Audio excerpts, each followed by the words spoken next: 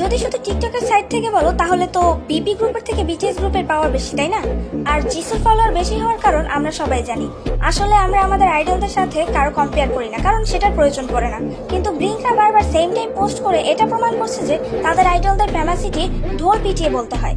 Anyway, বিপিকে ছোট করে কিছু বলার ইচ্ছে আমার ছিল না, কিন্তু ব্লিঙ্করা যখন আমাদের আইডলদেরকে ছোট করে কথা তুলেই দিল, তখন আমারও তো উচিত আমাদের আইডলদের করা রেকর্ডগুলোর কথা মনে করিয়ে দেওয়া।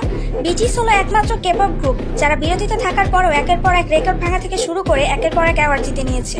মিলিটারিতে কর্মরত থাকা সত্ত্বেও 2024 সাল থেকে এখনো পর্যন্ত সবথেকে বেশি অ্যাওয়ার্ড জেতার তালিকায় আমাদের বিটিএস মেম্বাররা রয়েছে। বিটিএস এর অ্যালবাম প্রুফ স্পটিফাইয়ে 15.9 বিলিয়ন স্ট্রিম অতিক্রম করেছে। জিমিন আনুষ্ঠানিকভাবে বিলবোর্ড হট 100 চার্টের সবচেয়ে বড় দুটি রেকর্ডের মালিক। জাঙ্কুকের 3D স্পটিফাইয়ে 820 মিলিয়ন স্ট্রিম অতিক্রম করেছে। ইতিমধ্যে জিহব তার নিউ সং সুইট ড্রিমস দ্বারা 2025 সালে আইটিউনস ইউএসএ প্রথম শীর্ষে পৌঁছানো একমাত্র কোরিয়ান শিল্পী হয়ে উঠেছে।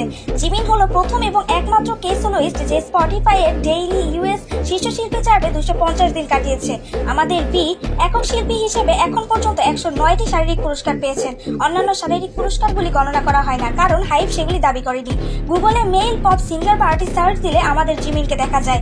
জাঙ্কুকের ব্র্যান্ড বিভিন্ন দেশে আনুষ্ঠানিকভাবে নিবন্ধিত হয়েছে।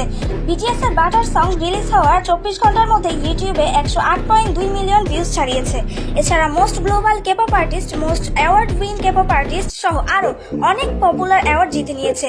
বিটিএস এর নেটওয়ার্থ 3.6 বিলিয়ন আর বিপি এর নেটওয়ার্থ 85 মিলিয়ন।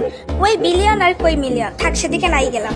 বিটিএস একমাত্র কেপপ গ্রুপ যারা গ্র্যামি অ্যাওয়ার্ড শোতে নমিনেট হয়ে পারফর্ম করেছে, যা কেপপ ইন্ডাস্ট্রির কোনো কেপপ গ্রুপ আজ পর্যন্ত করতে পারে নাই।